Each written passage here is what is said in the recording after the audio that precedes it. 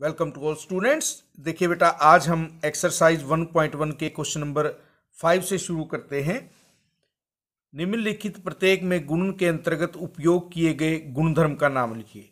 सबसे पहले आप देखिए -4/5 गुणा 1 बराबर 1 गुणा -4/5 बराबर -4/5। इसमें हमें दिया है कि यदि हम 1 को किसी संख्या से गुणा करें तो हमारे पास वही संख्या आएगी, चाहे हम उस संख्या को पहले लिखें या उस संख्या को बाद में लिखें। यानी 1 को किसी संख्या से गुणा करने पर वही संख्या आती है। और मैंने आपको बताया था कि इस प्रॉपर्टी को कहते हैं एक गुणात्मक तत्समक है, मल्टीप्लिकेटिव आइडेंटिटी है कि 1 को किसी से गुणा करने पर वही संख्या आएगी। यहां आप देखिए -13/17 गुणा -2/7 बराबर -2/7 गुणा -13/17। यहां पर जब आप देखते हैं तो इनका सीरियल नंबर बदला हुआ है। यहां पर जो संख्या पहले थी वो बाद में चली गई और जो बाद में संख्या थी वो पहले आ गई। सीरियल यानी क्रम, इस क्रम को हमने चेंज किया है। इस प्रॉपर्टी को हम कहते हैं क्रम विनिमेयता। -19/29 गुणा 29/-19 बराबर 1। आप देखिए, इसको हमने गुणात्मक प्रतिलोम कहा था। जब दो संख्याओं की गुणा 1 होती है तो एक संख्या दूसरी संख्या की गुणात्मक प्रतिलोम या मल्टीप्लिकेटिव इनवर्स होती है। तो आपका इसका जो गुणधर्म है वो है गुणात्मक प्रतिलोम।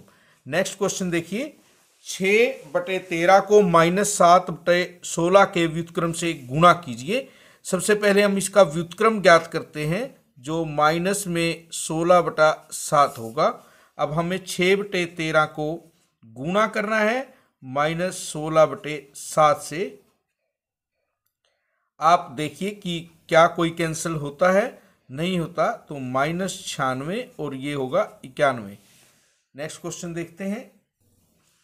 यहां हमारे पास बताइए कौन से गुणधर्म की सहायता से आप इसको इस रूप में लिख सकते हैं, ये बताना है।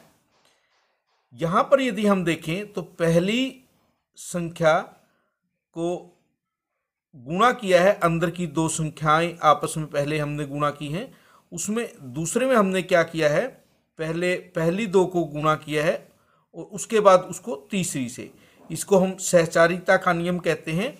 और इसको आप इस प्रकार भी लिख सकते हैं, b गुणा c और a गुणा b गुणा c। यानी कि एक संख्या को दो संख्याओं के गुणनफल से गुणा करें या पहली दो के गुणनफल को तीसरी से गुणा करें, उनका गुणनफल समान रहता है। इसे हम सहचारिता का नियम कहते हैं। नेक्स्ट क्वेश्चन है, क्या -1 से 1/8 का गुणात्मक प्रतिलोम 8/9 है? इसे हमें चेक करना है। 8 एकम 8 और 1 9, 9/8 हमें चेक करना है इसका गुणात्मक प्रतिलोम ये है या नहीं। इनकी हम गुणनफल को चेक करेंगे। 8 से 8 कैंसिल, 9 से 9 कैंसिल, इनका गुणनफल -1 है, तो ये गुणात्मक प्रतिलोम नहीं है।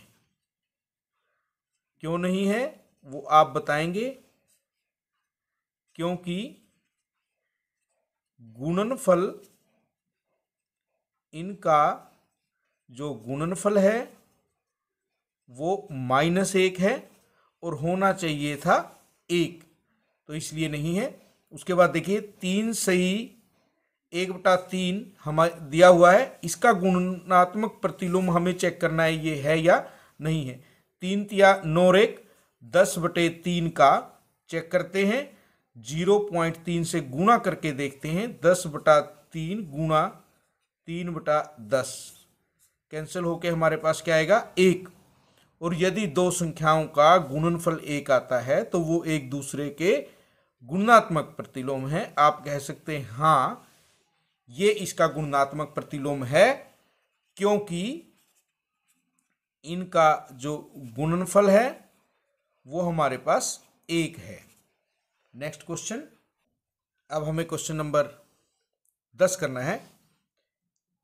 ऐसी प्रमेय संख्या जिसका कोई व्युत्क्रम नहीं है, आप बताइए, 0 एक ऐसी प्रमेय संख्या है जिसका कोई भी व्युत्क्रम नहीं है, क्योंकि यदि हम 0 को लिखना चाहें 0/1, 0/2, 0/3 किसी भी रूप में लिख सकते हैं।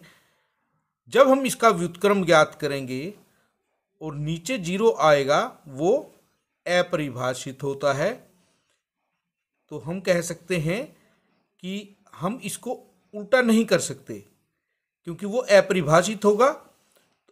हमारे पास 0 ऐसी संख्या है जिसका व्युत्क्रम नहीं है। प्रमेय संख्याएं जो अपने व्युत्क्रम के समान है, 1 का व्युत्क्रम आप देखें तो क्या होगा, 1 का व्युत्क्रम 1 होगा और -1 का व्युत्क्रम -1 है।